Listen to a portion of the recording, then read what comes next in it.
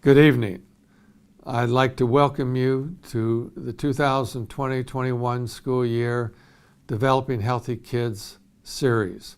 This is our 9th year of Developing Healthy Kids, an initiative that is recognized throughout the county, if not the state, in mental health programming for our students, developed here with the Rockford Public Schools and presented at the Rockford Public Schools. Tonight's presentation will focus on mental health issues that are related to the pandemic. As you all know, our high school and middle school students have unique situations in which they must deal with the changes that have been caused and predicated on our pandemic that we're facing. Particularly at the secondary level, many of our students are participating in co-curricular activities, whether it be marching band, whether it be drama, whether it be choir, whether it be athletics, that is interrupting their lives, our students' lives. And this has an incredible impact on mental health for our students.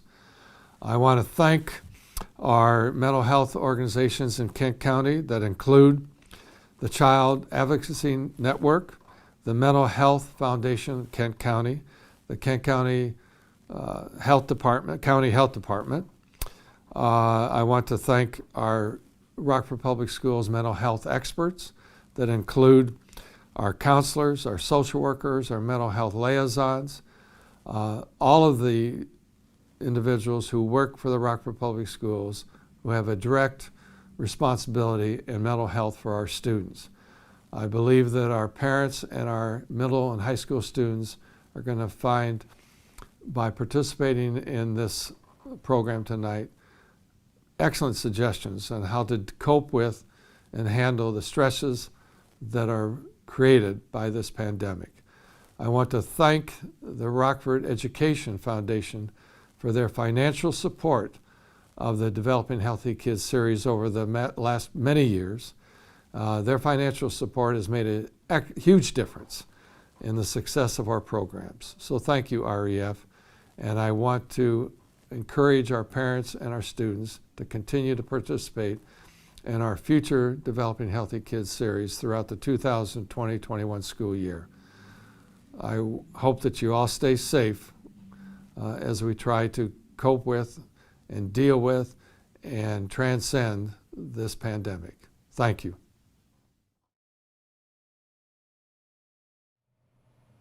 Good evening, Rockford community. My name is Moses Bosscher, and I am the sports director at Rockford High School in the Beyond the Rock program. Tonight, I will be moderating questions to our various presenters. Our goal this evening is to provide insight, information, and encouragement to our community as we work through the challenges before us this year. To begin our presentation, we will start with our first presenter, Samantha Ackerman, from the Children's Advocacy Center.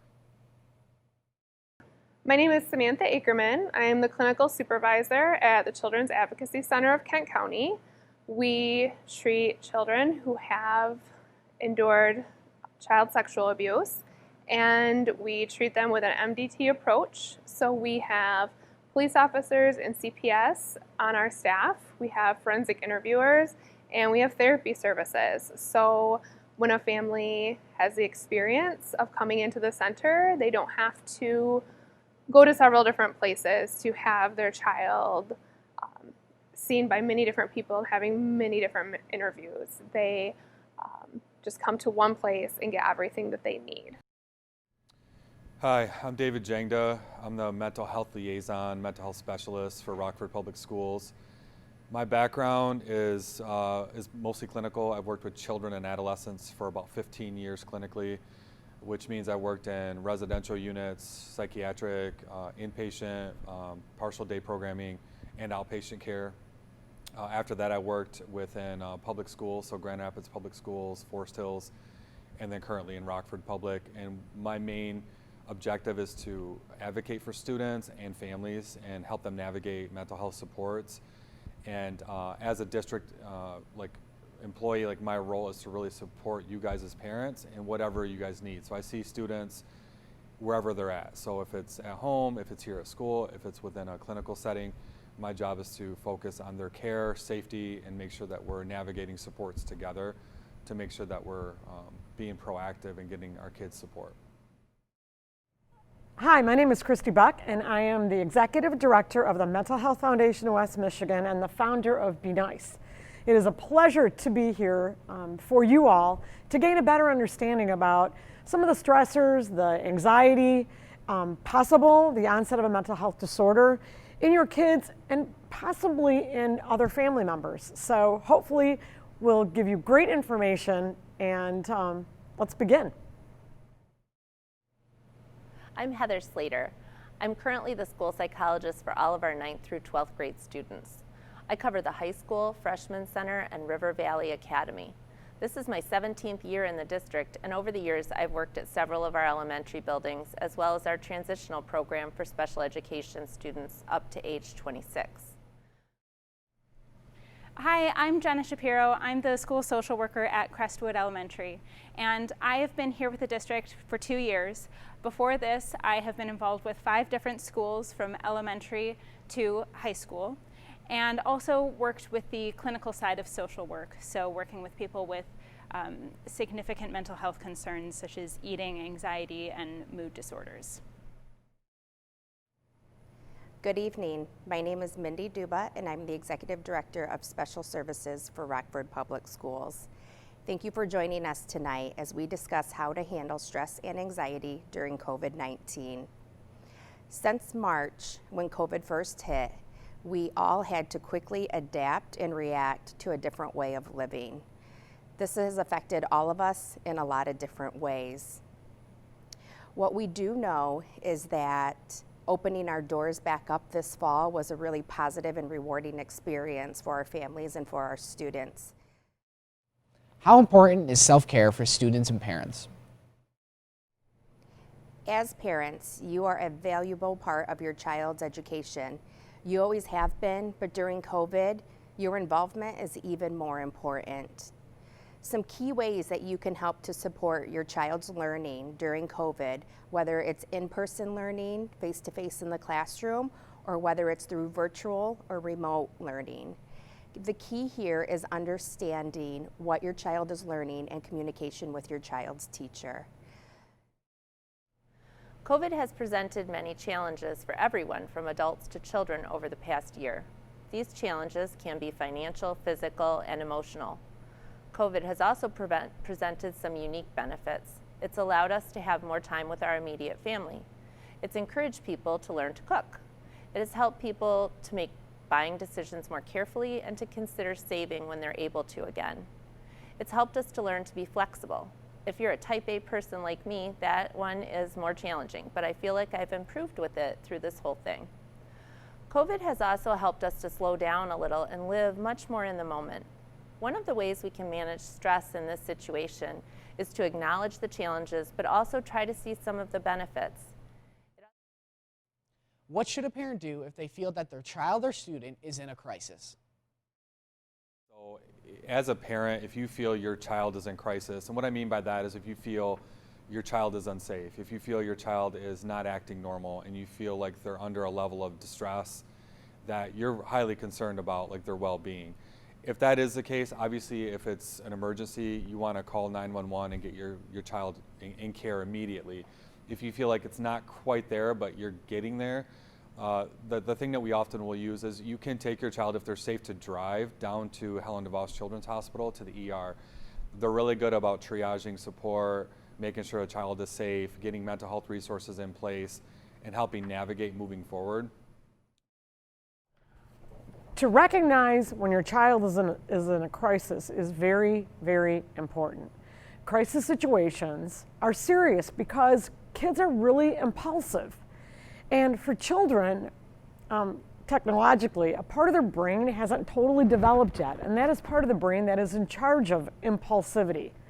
So when they're in a crisis, and a crisis situation for them could be these major stressors that are going on that are bringing about fits of anger, crying, thoughts of hopelessness, worthlessness, thinking that life would be better off without them. These are serious, and these are serious conversations that we need to have with our children. And when we're recognizing these signs and symptoms in a child, and they're possibly talking about not valuing life, not having a purpose, that no one would care if they were around or not. It's important that we bring up, are you having thoughts of harming yourself, of taking your life? So the first step in getting anybody's support is to really identify what that area of need is, what the deficit is, what we're missing. And for a lot of our students, they're not going to be able to come up to us and say, I'm having a bad day, here's exactly what's stressing me out, and here's exactly what I need to make that better. A lot of adults can't do that. So our role as school professionals, as parents, families, and friends is to help people navigate that and figure out what's going on. And so what we can do is ask questions. Talk to them, but more important, listen to them, and not just to their words, but also listen to their actions. Kids talk to us through behavior. If you're seeing a lot of things that seem really out of the ordinary for your child, reach out to us or to their doctor for help. Is there a long-term impact on students' overall mental health and well-being from COVID-19? Will there be long-term effects from COVID-19 on our children's mental health? And I look at it this way, that no, there doesn't need to be. And how I know this is if we begin to talk about anxiety, stress, emotions that COVID-19 is bringing about, and notice at the onset when someone is first struggling, there will not be effects necessarily. Gaining a better understanding of children's mental health is super important right now, and that is recognizing the fact that anxiety is a normal response right now to many different things that are going on in people's lives. It's noticing and recognizing the onset when these stressors and these things that are bringing about anxiety are actually having an effect on my child's mental health. And that is how they're thinking, how they're acting, and how they're feeling. We understand that when your child is in quarantine or in a remote learning schedule, that this can cause stress and anxiety both for you, your family, and your child. It is our goal to help ensure that transitions in and out of remote learning or quarantine are successful transitions for your student. In order to accomplish this, we have a comprehensive remote learning plan that we had implemented to start the school year and that we will continue to implement throughout the school year as needed. The impact of COVID on the social emotional health of our children can vary a great deal. The effect is dependent on age and personal characteristics, as well as things like their support system at home and resources available to them. I've heard some of our students with autism say it's been good. They're not pushed to be social as much, and they are able to be in only familiar places that are comfortable for them. I had one person with autism tell me back in March that this was going to be fine because he's already a pro at social distancing. For many of our students, though, it's been very hard. Younger children need social interaction and play to develop properly. Older students are at a time in their development where their brains are wired to want to be with their peers and to not want to be at home with their parents. Being in a situation where they're getting the exact opposite is hard for everyone. Children are resilient, though, and they will be able to recover from this. It's important to keep their social emotional health as a priority. It's easy to think they're okay when they may not be. How has access to mental health wellness supports changed with the pandemic? My next question, how have things changed with the pandemic as far as navigating access to mental health services? It has changed.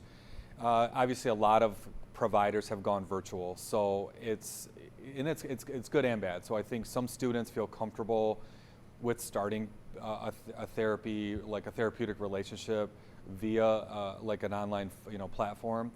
And it helps break the ice, helps them get acclimated to counseling, and then before they go into a clinic setting, that can be like a benefit of it. On the other side of it, some students benefit from face-to-face interaction and being more personal. So that has been a little bit of a detriment to some of our students. So getting services right now, they're being provided. Most of them are virtual. Now not all though. So some smaller offices are offering face-to-face. They're keeping the social distancing, they're using PPEs, they're using all the safety precautions right now. If it comes to more intensive support, so let's say a student needs intensive outpatient or even inpatient services, those are face-to-face, obviously. The evaluations to being in the hospital, they do require a negative COVID test most oftentimes, and they do expedite that process. So if you feel like your child is needing support, we can walk through that process and getting that COVID test, making sure it is negative, looking through it, the admission process, the assessment, and then looking at what level of care they may require. It's a little bit different, but they're still offering support. So I guess my point is, no matter what is going on, if you feel your child is in need, we will find a format, we will find a structure for them to get the support they need, no matter what. And if there's also home-based services for some families. Access to mental wellness supports has been an important issue throughout the pandemic. During the first few weeks, I had conversations with several families at the elementary level who had run out of their child's medication and couldn't get more because they couldn't get in to see their doctor. Depending on what the medication was treating, this made attending school remotely and being able to sit and get work done very challenging for some students and very stressful for their parents. The most important thing for school in these situations was communication with the child's teacher. If your child is struggling with something, let the teacher know. They may not be able to fix it, but it will help them to better support your child's academic needs if they know about it. Technology has been both a blessing and a curse for us in this time of COVID, but also any time recently. So if we had been in another time period where we couldn't be in school, we had these extended absences, our students would be isolated from their peers, learning would be slower, they wouldn't be able to engage or build a relationship. Any of those pieces that really build resilience and build those coping skills and the ability to overcome stress. So technology has given us those tools. They can still engage with their friends. They can still see people. They can still see their family that's far away, and they can get that classroom content. That brings us to a close here tonight for Developing Healthy Kids. We truly hope that this presentation was beneficial to you and your families on behalf of Rockford Public Schools. We want you to know that we care for your children and we want what is best for their health and the health of your families. We truly are in this together, and we appreciate you trusting our district with the most prized possessions. May you have a very safe and blessed holiday.